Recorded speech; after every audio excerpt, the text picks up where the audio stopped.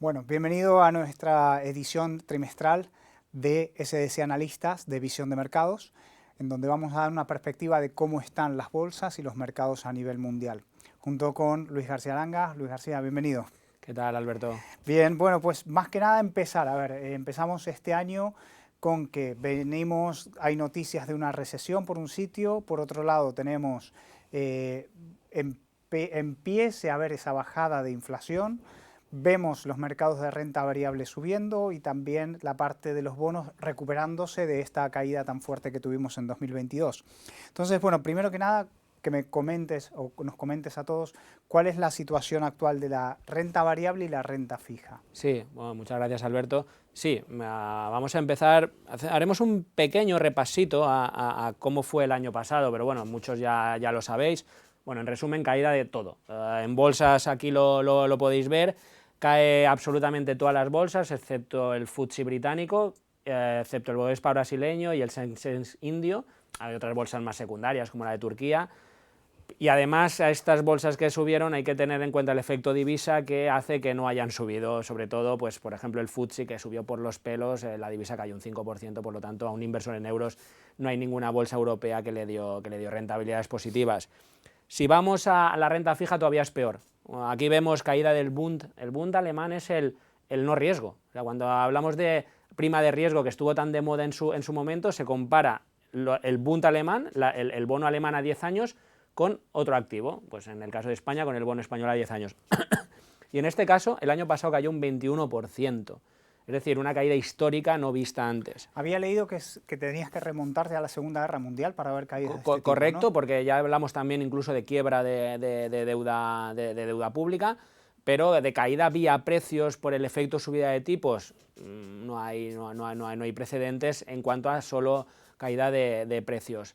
Claro, la combinación ¿cuál es? Si vemos los dos índices generales, el MSCI World y el Barclays Global Aggregate de renta fija, es un promedio de caída del 17%, 16% de renta fija, 18% de bolsas, un 17% de caída. Por ejemplo, quien tuviera una cartera conservadora, si ha caído un 17%, ha caído como el mercado, para que nos hagamos una idea. Entonces, fijaos, aquí vemos un gráfico de BlackRock que explica un poquito en qué momentos ha habido estas caídas. Si vemos la caída de la renta fija es un poco más tendencial y la de la bolsa con más dientes de sierra, pero al final Rusia afecta a los dos, la subida de tipos de la FED afecta a los dos, datos de IPC en Estados Unidos, es decir, han ido muy a la par. ¿Y qué estamos viendo ya este año? Pues subidas generalizadas en bolsas. De hecho, precisamente solo cae como índices importantes el Sensex indio, uno de los que subió el año pasado. Subidas un poco más fuertes en Europa.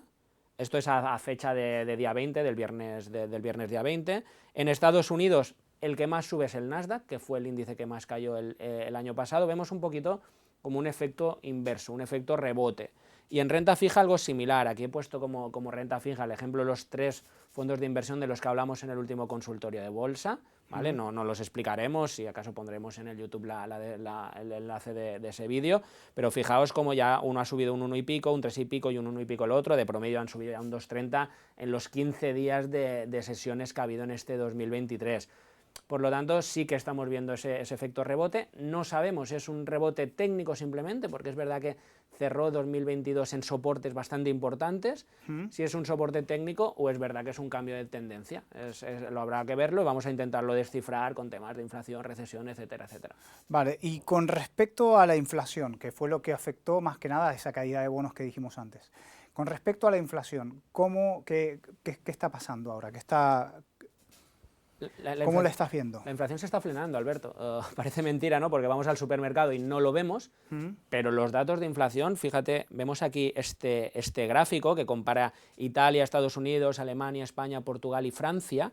Fíjate cómo llegó un pico en torno a abril y aquí vemos cómo la tendencia se está frenando en casi todos. Alguna excepción como Italia, que ha hecho algún repunte, pero casos más preocupantes, Estados Unidos, Alemania, son los casos más preocupantes y se está frenando. Incluso en Alemania los últimos datos mensuales son muy buenos. ¿Por qué es preocupante Alemania? Por el tema del gas ruso. La dependencia de las energías rusas hace que Alemania sea un país que nos preocupe. Además, su peso en la Unión Monetaria Europea hace que el Banco Central Europeo, a la hora de decidir frenar esta subida de tipos, tenga que tener muy en cuenta Alemania. Porque esto decían esta mañana en Buen Negocios que podría ser, por ejemplo, el tema de la temperatura alta que le ayudó bastante. Sí, el que sea un invierno menos duro ha hecho que las reservas de gas estén prácticamente en máximos, muy por encima de otros inviernos.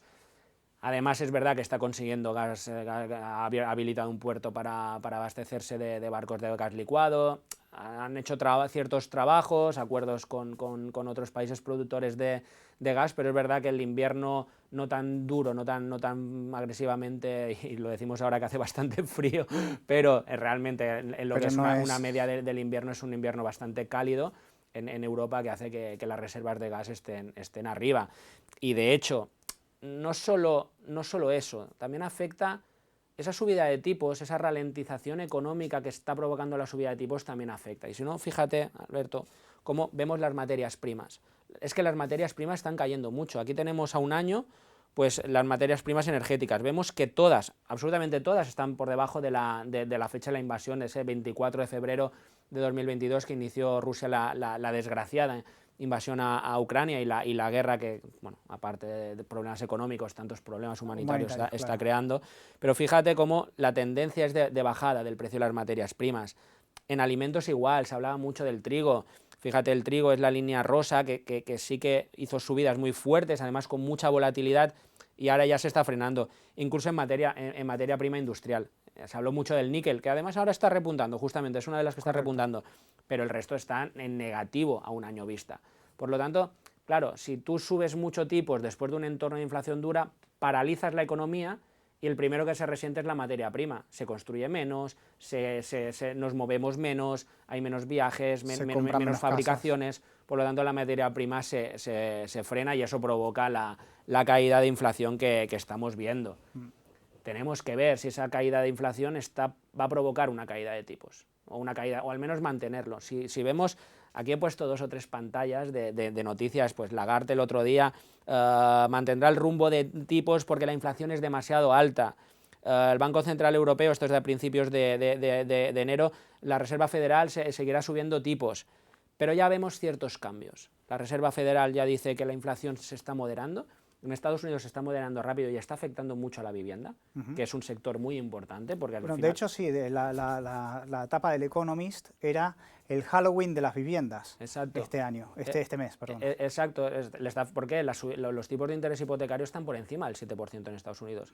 Y las familias no compran una casa de $200.000, $300.000, compran una hipoteca.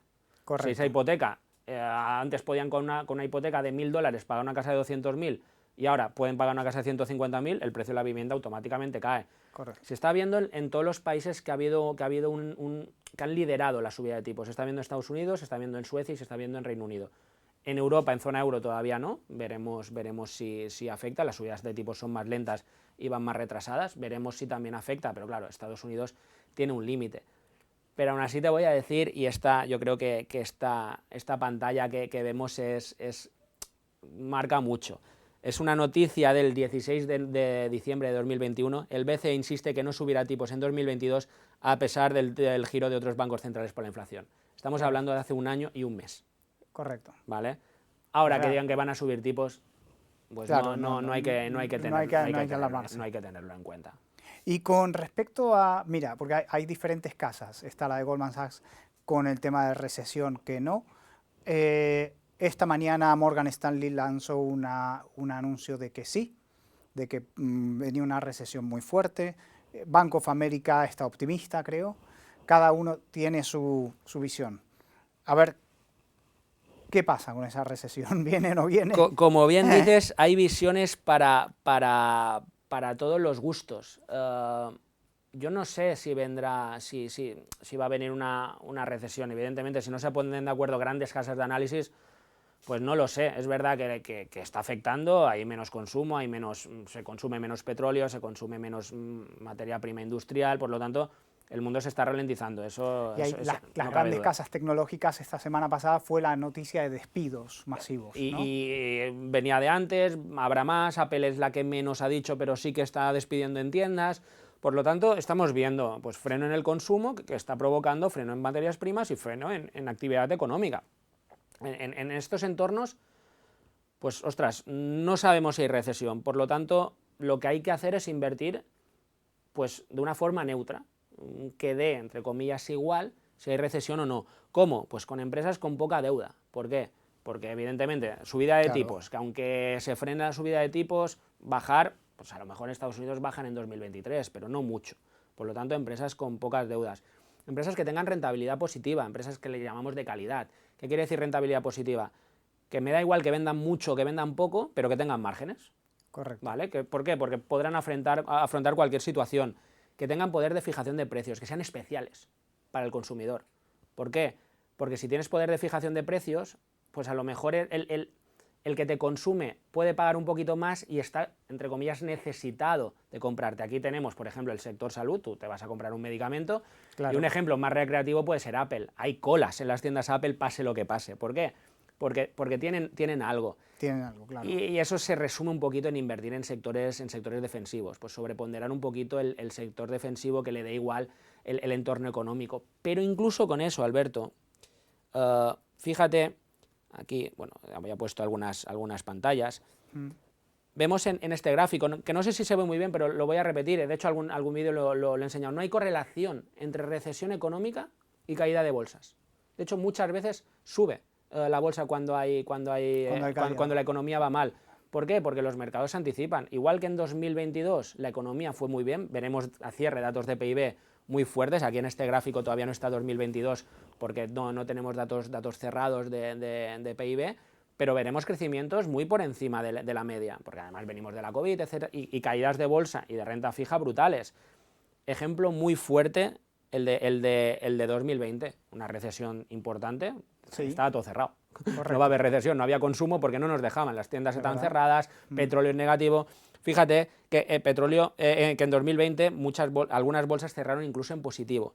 Si vamos a partir de los confinamientos, es decir, del peor momento económico, pues no sé si de la historia, pero sí, ni en una guerra están todas las tiendas cerradas. Sí, sí. Aquí vemos el pantallazo de Pedro Sánchez que anuncia el confinamiento un 13 de marzo.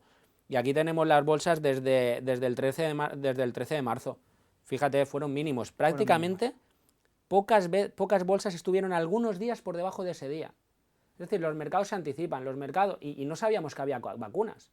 Pero el mercado ya ha dicho, vale, yo ya he castigado, 2020, si vemos el gráfico de antes, vemos cómo la primera fase de 2020 fueron caídas muy fuertes. Sí. Eso lo podemos extrapolar a un 2022 con caídas fuertes mientras la economía iba bien. Puede pasar, porque nosotros no compramos una acción porque hoy esté en un entorno bueno, compramos porque va a estar en un entorno bueno. Si hoy está en un entorno malo, pero a mejor, me da igual. Tiene subida. Ahí podemos ver subidas. Y estamos en un entorno realmente incierto en ese sentido. Yo creo que hay que pues sobreponderar estos sectores más defensivos por si acaso la recesión es más profunda, pero si no hay recesión, si la recesión es poco profunda, si las subidas de tipos son menos intensas de los que están diciendo los bancos centrales, que he demostrado antes que no tienen ni idea de lo que van a hacer. No. Que encima haya bajada de tipos, pues imagínate, el efecto en las bolsas puede ser muy, muy positivo. Que no lo es, vamos a sectores defensivos. Y ya está. Correcto. ¿Situación de las empresas? ¿Cómo estamos? Pues al final es muy importante porque cuando invertimos en bolsa realmente invertimos en empresas. Sí. El macro, subida de tipos, nos da igual, lo que nos afecta es cómo todos esos inputs afectan a la empresa y a los resultados y a la caja que me genera esa empresa, que es al final de lo que yo voy a vivir, de sus dividendos y su incremento de valoración, ¿vale? Aquí he puesto pues, algunos ejemplos de PER. El PER es el número de veces que el beneficio de la empresa está incluido en la cotización. Dicho de otra forma, si tú te compras una casa de 100.000 euros y te paga 50.000 euros de alquileres limpios al año, tiene un PER de 2. ¿Por qué? Porque recuperas esos 100.000 euros en 2 años. 50.000 el primero y 50.000 el segundo. Eso es un PER 2. Por lo tanto, evidentemente, tú esa casa te la comprarías mañana mismo. Sí, tú claro. te compras una casa de 100.000 euros que te garantice 50.000 euros de rentabilidad neta en los próximos 2 años, la compras. Eso es un PER 2. Pues aquí vemos ya como las empresas del SP, aquí están, pues hay alguna de PER del 2,5, que es muy, muy, muy poco, pero aquí hemos puesto las 10 primeras y no llegan al 5.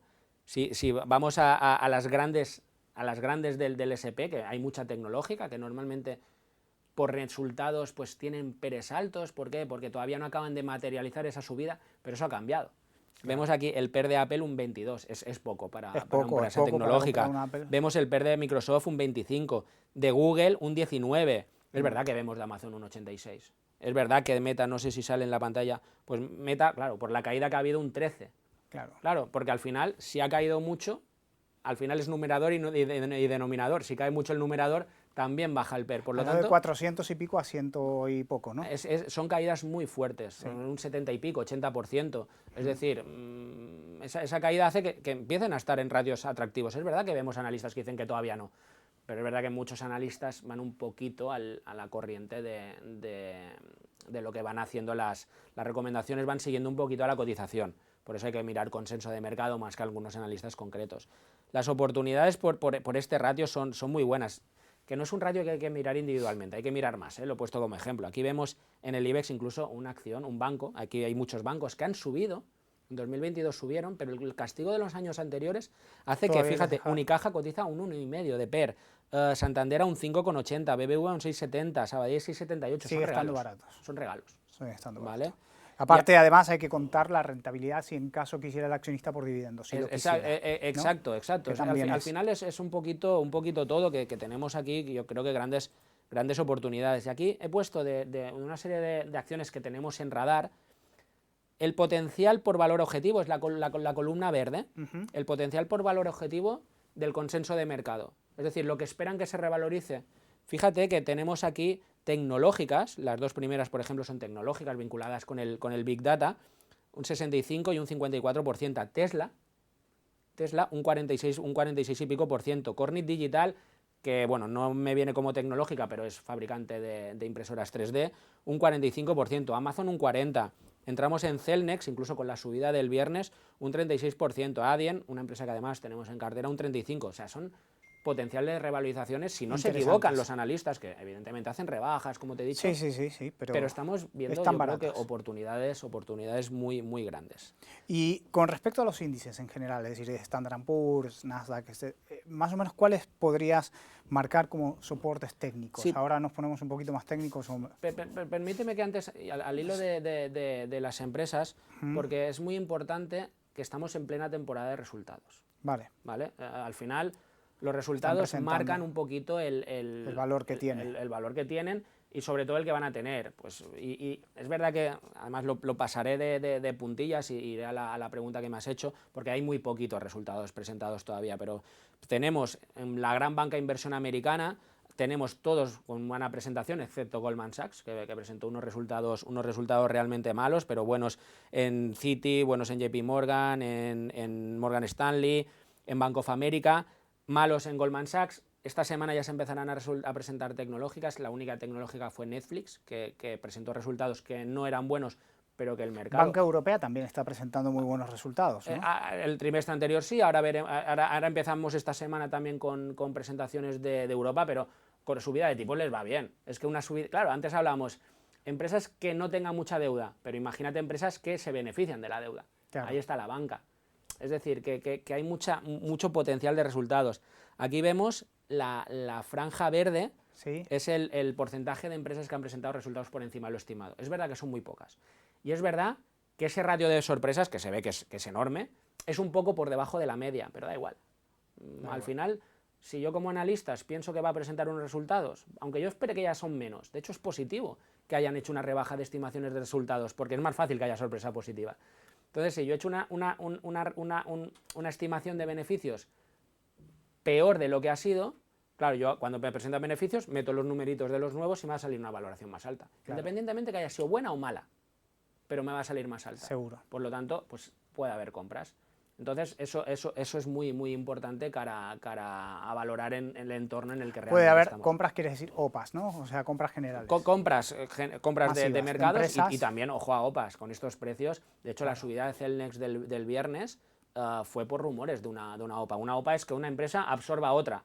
Claro, cuanto más pequeña es la empresa, es decir, cuanto más ha caído, es más pequeña. Todas las empresas tienen número de acciones a un valor por acción. Si el valor por acción cae, el valor de tu empresa cae y es más opable. es más fácil que venga otra empresa más grande y te compre, evidentemente siempre son con primas, es decir, si yo soy accionista de Celnex, me van a pagar más de lo que cotiza, por poner un ejemplo, no sé si habrá OPA en Celnex, es por un ejemplo al hilo de lo que comentaba. Sí. Perfecto, y volviendo al tema de índices. Sí, bueno, aquí vamos a ver un poquito los soportes de los principales índices, no sé si se ve bien, yo creo que sí, vamos a... Así muy por encima para no ponernos muy técnicos. No nos vamos a poner. Aquí vemos como, fijaos como casi todos vienen de una tendencia bajista y están haciendo soporte. Este soporte es el que te comentaba, que lo hizo en diciembre, lo había hecho ya antes en octubre, septiembre, un doble suelo y a partir de ahí disparados. Y además rompiendo, si te fijas, rompiendo directrices bajistas. Esos son señales de compra. Cambio. Aquí vemos el IBEX, por ejemplo, con un objetivo claro hasta 10.000, 10.200. Vemos, si quieres, vamos a ver el... Hace tiempo que el IBEX no toca los 10.000, ¿no? Mira, desde, bueno, en marzo de 2020, pre-COVID. O sea, es de los pocos índices que no ha recuperado niveles pre-COVID. Aquí, si vamos, por ejemplo, el Eurostock, la situación es parecida, pero más alta. Fijaos cómo está rompiendo a punto de romper una resistencia muy importante, este nivel de 4.120, sería importantísimo que lo rompiera, pues hay que estar pendiente. DAX alemán en subida prácticamente libres, es que claro, comparamos IBEX con otros y quedan los otros muy mal, a punto de alcanzar máximos históricos, si los rompiera es una señal de compra, si no, pues tiene un soporte relativamente cerca en 13.500, pues ahí en ese entorno podemos estar tranquilos. Estos soportes que marco son niveles para estar tranquilos, que si los pierde nos podemos preocupar, mientras no los pierda, pues oye, podemos estar dentro. Jugar ahí dentro. Exacto.